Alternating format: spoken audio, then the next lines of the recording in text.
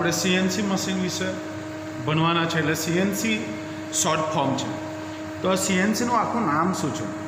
તો કે computer numerical control, એટલે કોમ્પ્યુટર દ્વારા ચાલતું મશીન. આગળ આપણે જોઈએ તો ટાઈપ્સ ઓફ સીએનસી મશીન. તો આપણે અત્યારે બે મશીન બનવાના છે. એક CNC VMC machine. CNC VMC એટલે વર્ટિકલ મશીનિંગ સેન્ટર, એનું બીજું નામ છે મશીનિંગ સેન્ટર. ત્યાર પછી આપણે બીજું મશીન બનવાના છે સીએનસી ટર્નિંગ સેન્ટર. તો સીએનસી ટર્નિંગ સેન્ટર એટલે જે લોકોએ ટર્નર કરેલું છે, તો ટર્નિંગ સેન્ટરનું બીજું નામ શું છે? તો કે લેથ મશીન. બરાબર છે. તો આ બે મશીન વિશે ખાસ કરીને આપણે મિલિંગ મશીન અને ટર્નિંગ મશીનનું આપણે એને કેવી રીતે ચાલુ કરવું, કેવી રીતે બંધ કરવું, કેવી રીતે ઓફસેટ લેવા, કેવી રીતે પ્રોગ્રામ નાખવો, કેવી રીતે એને પ્રોગ્રામ નાખ્યા બાદ કેવી રીતે જોબ બાંધવો, અને જોબ બાંધ્યા પછી આપણે આપણા પ્રોગ્રામ બનાવેલા પ્રોગ્રામ પ્રમાણે કેવી રીતે જોબ બનાવો, એટલું બધું આપણે આમાં શીખવાના છે. તો આજે સૌથી પહેલાં શરૂઆત કરીએ કે parts of CNC turning centre. તો પહેલાં ભાગોના નામ જોઈ લઈએ.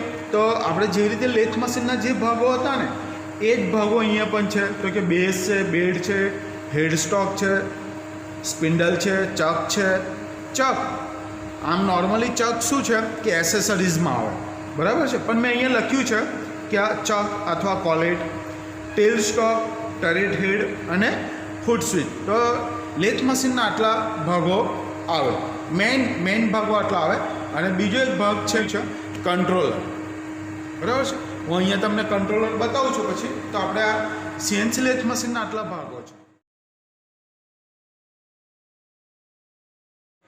તો આપણું આ સીએનસી ટર્નિંગ સેન્ટર છે, એટલે કે સીએનસી લેથ મશીન છે.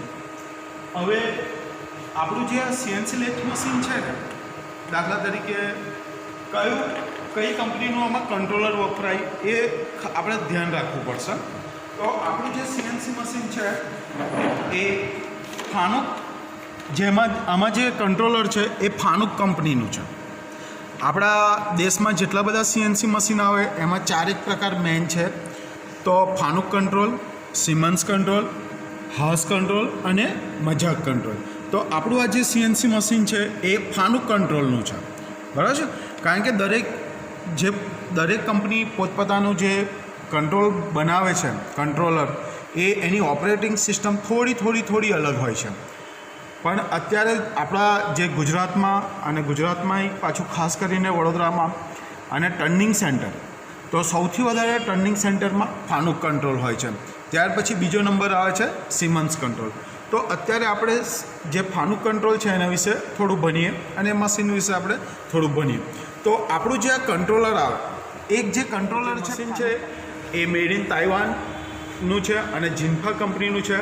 અને આમાં જે કોમ્પ્યુટર સિસ્ટમ છે એ ફાનુક કંપનીની છે. આપણા દેશમાં લગભગ મશીન બનાવે છે એ લોકો મશીનને ચલાવવા માટેનું જે કંટ્રોલર આવે, જે કોમ્પ્યુટર રિલેટેડ આવે, એ દરેક કંપની પોતે નથી બનાવતી.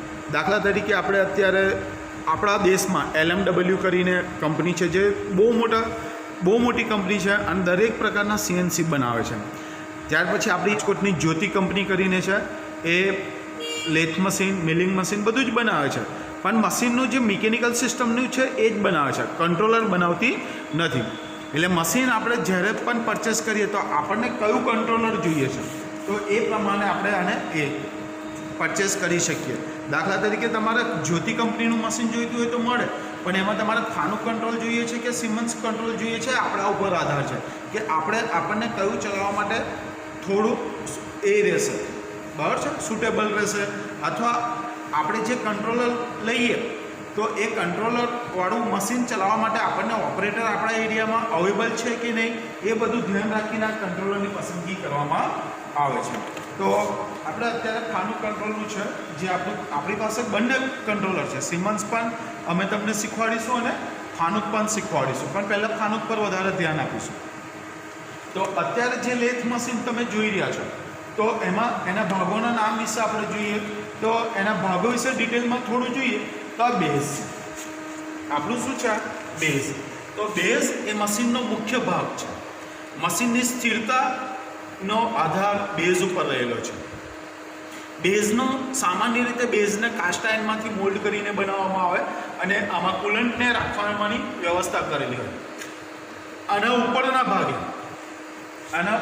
ભાગે અહીંયા બેડ આવેલું છે. અહીંયા તમે જુઓ તો આ શું આવેલું છે? બેડ આવેલી છે.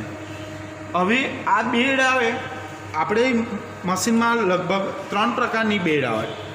તો પહેલી બેડ છે, તમે અહીંયા જોઈ રહ્યા હોય તો આ વી બેડ છે.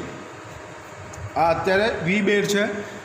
તો સૌથી પહેલાં જ્યારે મશીન બનાવવામાં આવે ને ત્યારે બેડ હતી એ ફ્લેટ હતી. ફ્લેટ એટલે આવો વી જેવો ભાગ ને, પણ આ રીતેની ફ્લેટ હતી. તો ફ્લેટ બેડ શું થાય તો ખાસ કરીને લાકડા અને એના કામમાં પહેલાં બેડ વપરાતી હતી, ફ્લેટ બેડ. અત્યારે આપણે જેટલા બધા સાદા મશીન વાપરીએ છીએ લગભગ 100% બધામાં વી બેડ છે. આપણા મિકેનિકલ કામ માટે વપરાતા, ખાસ કરીને એન્જિનિયરિંગ લાઇનમાં જે સૌથી વધારે વપરાય છે એ વી બેડ છે. બરાબર છે. તો આપણી પાસે એક મશીન છે એમાં વી બેડ પણ છે. પણ અત્યારે જે મોટા ભાગે લગભગ સીએનસી મશીનમાં 99% જે બેડ વપરાય છે એ સ્લાન્ટ બેડ છે. તો સ્લાન્ટ બેડ એટલે હું તમને બતાવું. જો અહીંયા એક ઢળતી બેડ છે. કેવી બેડ છે? અહીંયા એક ઢળતી બેડ છે, એટલે ઢાળવાળી બેડ છે, એટલે આ સ્લાન્ટ બેડ છે. બરાબર છે. તો અત્યારે જે સીએનસી નવી ટેકનોલોજી પ્રમાણે ખાસ કરીને અત્યારે બધા જ સીએનસી મશીનમાં સ્લાન્ટ બેડનો ઉપયોગ કરવામાં આવે છે. એ બેડ છે એ બેઝની ઉપરના ભાગે બનેલો ભાગ હોય છે અને એકદમ ઉપરની ટોપ સરફેસ એક્યુરેટ મશીનિંગ કરેલી હોય છે. ત્યાર પછી બીજો ભાગ છે હેડ સ્ટોક. તો હેડ સ્ટોક એટલે આપણા આ મશીનની બોડી પ્રમાણે અહીંયા જોઈએ તો આપણો આ જે દેખાય છે હેડ સ્ટોક છે. જુઓ, બંધ હશે ત્યારે આવું હશે. જ્યારે ખોલો, કોઈ કારણોસર ખોલવાનું થશે તો તમારું આ હેડ સ્ટોક છે. બરાબર છે. તો હેડ સ્ટોકમાં શું છે તો કે સ્પિન્ડલને ચલાવવા માટેની મિકેનિઝમ હેડ સ્ટોકમાં આવેલી હોય છે, જે ઓપરેટરની ડાબી બાજુ આવેલું હોય છે. હેડ સ્ટોક ક્યાં આવેલું છે? ઓપરેટરની ડાબી બાજુ. એટલે આપણે મશીનને ઓપરેટ કરવાની કન્ડિશનમાં ઊભા રહીએ ત્યાંથી ડાબી બાજુ હેડ સ્ટોક આવેલો હોય છે અને આ હેડ સ્ટોકમાં સ્પિન્ડલને ચલાવવા માટેની મિકેનિઝમ આવેલી હોય છે. ત્યાર પછી આગળ છે સ્પિન્ડલ. તો સ્પિન્ડલ અહીંયા આ ચક છે. જો આ ચક ફરે છે ને, તો આ ચકને જેની ઉપર લગાવ્યો છે એ સ્પિન્ડલ છે. એટલે આપણે આમ બહારથી જોવા જઈશું તો આપણને જોઈ નહીં શકાય, પણ અહીંયા શું છે અંદર તો કે સ્પિન્ડલ. તો સ્પિન્ડલ એ ચક કોલેટ કે ફેસ પ્લેટ લગાવવામાં આવે એને શું કરે છે? ગોળ ફેરવાનું કામ કરે છે. ત્યાર પછી છે ચક. તો આપણે આ જુઓ, ચક ઘણા બધા પ્રકારના ચક આવે, પણ આપણી પાસે અત્યારે આ જે ચક છે હાઇડ્રોલિક ચક છે. સાદો ચક તમે જે સાદો લેથ મશીનમાં વાપરો એવો પણ ચક આવે. અત્યારે આપણી પાસે આ હાઇડ્રોલિક ચક પણ આવે, મેગ્નેટિક ચક પણ આવે. તો આપણી પાસે આ હાઇડ્રોલિક ચક છે. હાઇડ્રોલિક ચકમાં પણ આપણી પાસે આ ત્રીજો ચક છે.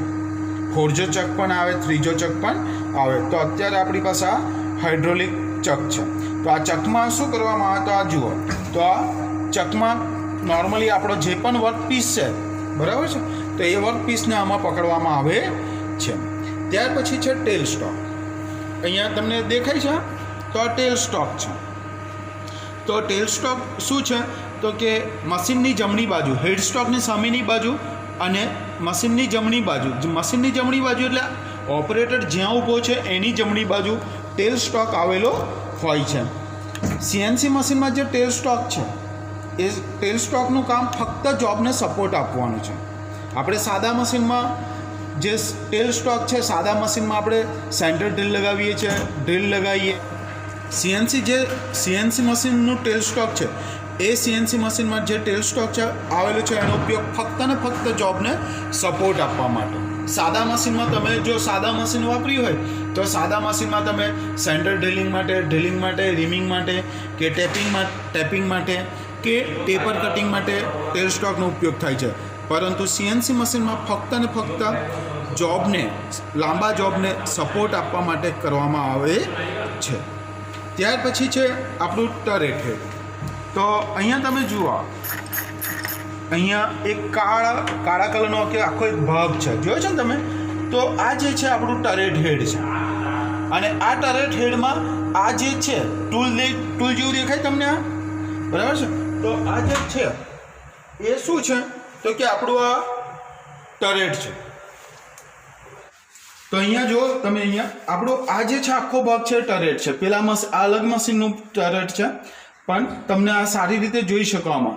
તો આ આપણું અહીંયા ટરેટ લાગેલું છે, દેખાય બધાને? તો ટરેટમાં જો અહીંયા સેન્ટર ડ્રીલ પણ ટરેટમાં લાગેલું છે, ડ્રીલ પણ અહીંયા લાગેલું છે, પાર્ટિંગ ટૂલ લાગેલું છે, અને બીજા જે પણ આપણે જરૂરી ટૂલ છે બધા ટૂલ અહીંયા લાગેલા છે. તો આ જે ટરેટ છે એમાં 8 ટૂલ એકી સાથે પકડી શકાય, અને આ ઓટોમેટિક છે. ઓટોમેટિક ટૂલ ચેન્જ થાય છે ઘણીવાર, અને એટીસી પણ કહેવામાં આવે છે, ઓટોમેટિક ટૂલ ચેન્જર. આપણા આટલા ભાગો હતા. આમાં તમે ટેલ સ્ટોક પણ સારી રીતે જોઈ શકો. જો આ લાંબા જોબને અહીંયા ટેલ સ્ટોકથી શું કરેલું છે? આ ટેલ સ્ટોકથી સપોર્ટ કરેલો છે. અને બેડ સામે તમે જોઈ શકો કે તમે જુઓ તો આખી ઢળતી છે. હવે આપણે મુખ્ય ભાગ જે છે જોવાના છે એ આપણી પાસે કંટ્રોલર. તો આગળનો એક ભાગ હતો, અંદર છેલ્લે લખેલું છે ફૂટ સ્વિચ. તો અહીંયા તમને દેખાય આ બધાને ફૂટ સ્વિચ દેખાય? તો આપણો ચક કયો છે? હાઇડ્રોલિક ચક છે, બરાબર છે? તો હાઇડ્રોલિક ચકને ખોલબંધ કરવા માટે શું છે આપણી પાસે? તો ફૂટ સ્વિચ આપેલી છે. તો આ ફૂટ સ્વિચ દબાવવાથી તમારે આ ફૂટ સ્વિચ તમે અહીંયા દબાવશો, તમે આ ફૂટ સ્વિચ દબાવવાથી જુઓ, હું આના હાથથી દબાવું છું, ખરેખર ફૂટ પગથી દબાવવાની છે, પણ તમને દેખાય કે હું આ જ્યારે દબાવું છું ત્યારે આ ચક જુઓ ને, જોબ છૂટી ગયો, પછી આ જોબ જુઓ બંધાઈ ગયો. તો જોબને બાંધવા માટે અને ખોલવા માટે ફૂટ સ્વિચ આવેલી હોય છે. એટલે આ ફૂટ સ્વિચ દબાવવાથી જો ખોલ બંધ કરી શકાય છે. એ ઉપરાંત બીજી પણ સ્વિચ આવેલી હોય કે ટેલ સ્ટોકનું જે સ્પિન્ડલ છે એને બહાર કાઢવા માટે અને અંદર લઈ જવા માટે પણ ફૂટ સ્વિચનો ઉપયોગ કરવામાં આવે છે. એટલે કેટલાક મશીનમાં સીએનસી જે ટર્નિંગ સેન્ટર છે એના એ મશીનમાં 2 ફૂટ સ્વિચ આવેલી હોય છે. એક તો કે ચકને ખોલ બંધ કરવા, અને બીજી ફૂટ સ્વિચ આવેલી હોય છે જે ટેલ સ્ટોકના સ્પિન્ડલને બહાર કાઢવા માટે અને અંદર લઈ જવા માટે. ત્યાર પછી આપણા મશીનનો જે બીજો એક ભાગ છે, મુખ્ય ભાગ જે ઇલેક્ટ્રોનિક પાર્ટ છે, એને આપણે શું કહીએ છીએ? કંટ્રોલર. તો આ તમને જે દેખાય ને, અમુક મશીનમાં અલગ અલગ જગ્યાએ હોઈ શક્યા, કોઈ વખત અહીંયા પણ હોઈ શકે, કોઈ વખત અહીંયા પણ હોઈ શકે. તો આપણું જે મશીનનું કંટ્રોલર છે અહીંયા લાગેલું છે આપણા મશીનમાં. તો અત્યારે મશીનમાં લગભગ હું તમને બતાવું તો અહીંયા જેવું તમને થોડું કંઈક અલગ અલગ દેખાય છે, જુઓ ને. તો આ જે ભાગ છે એને સ્ક્રીન કહેવામાં આવે. આ ભાગ જે છે એ સ્ક્રીન છે. એની બાજુમાં વ્હાઇટ જો અહીંયા ABCD જેવું કંઈ લખેલું છે 0 થી 9, ત્યાર પછી કોઈ સિમ્બોલ આપેલા છે અલગ અલગ. તો આ જે ભાગ છે આપણો કીબોર્ડ છે. ત્યાર પછી અહીંયા જે ભાગ છે અલગ અલગ જુઓ, કોઈ રેગ્યુલેટર ટાઈપ સ્વિચ છે, દેખાય તમને આ બધાને? કેટલીક પુશ બટન ટાઈપ સ્વિચો આવેલી છે. તો આ જે છે આપણું આ પેનલ બોર્ડ છે. આપણું આ શું છે તો કે પેનલ બોર્ડ છે. તો સૌથી પહેલાં આપણે પેનલ બોર્ડ જોઈએ તો પેનલ બોર્ડમાં પાવર ઓન ઓફની સ્વિચ આવેલી હોય. આ 3 છે મશીન કંટ્રોલની સ્વિચ છે. ત્યાર પછી મશીનના જે ટરેટ છે એને આગળ પાછળ કરવાનું, પછી મશીનને અલગ અલગ રીતે ચલાવવાનું છે કે મારે અહીંયા જુઓ આમ મોડ આવેલા છે. આપણે આના વિશે ડિટેલ્સ શીખવાના છે. તો આની ડિટેલ્સ શીખીશું એટલે લગભગ આપણે ઓપરેટિંગ કરતા થઈ જઈશું. ત્યાર પછી આ બીજો ભાગ દેખાય છે, આ તો કીબોર્ડ છે. આપણે જેવી રીતે મોબાઈલમાં કંઈ પણ કામ કરવા માટે કીબોર્ડ જોઈએ, એવી રીતે આપણે કેલ્ક્યુલેટરમાં કંઈ પણ કામ કરવું હોય તો એનું કી જોઈએ. તો અહીંયા મશીનમાં કંઈ પણ આપણે લખવાનું છે, જેવી રીતે મોબાઈલમાં અને કેલ્સી વાપરીએ છીએ એવી રીતે જ આ વાપરવાનું છે. તો અહીંયા આપણે કંઈ પણ કામ માટે અહીંયા કીબોર્ડ આપેલું જ જુઓ. દાખલા તરીકે હું કંઈ લખું છું તો મને અહીંયા કંઈ પણ લખવું છે જુઓ, તો અહીંયા લખું. જો અહીંયા તમને જી દેખાય છે, બરાબર છે? તો મારે કંઈ પણ સ્ક્રીનમાં લખવું છે, તો આ કીબોર્ડનો ઉપયોગ કરવામાં આવે છે. અને સ્ક્રીન એટલે શું? તો કીબોર્ડ દ્વારા કંઈ પણ કામ કરવામાં આવે, અથવા મશીન કંઈ પણ કામ કરતું હોય એ તમામ ક્રિયાઓ અથવા એ તમામ જે પણ ક્રિયા કરવા માટેના જે પણ ડેટા છે એ આપણે સ્ક્રીનમાં જોઈ શકીએ છીએ. તો આપણું આ જે કંટ્રોલર છે એના મુખ્ય 3 ભાગ હતા.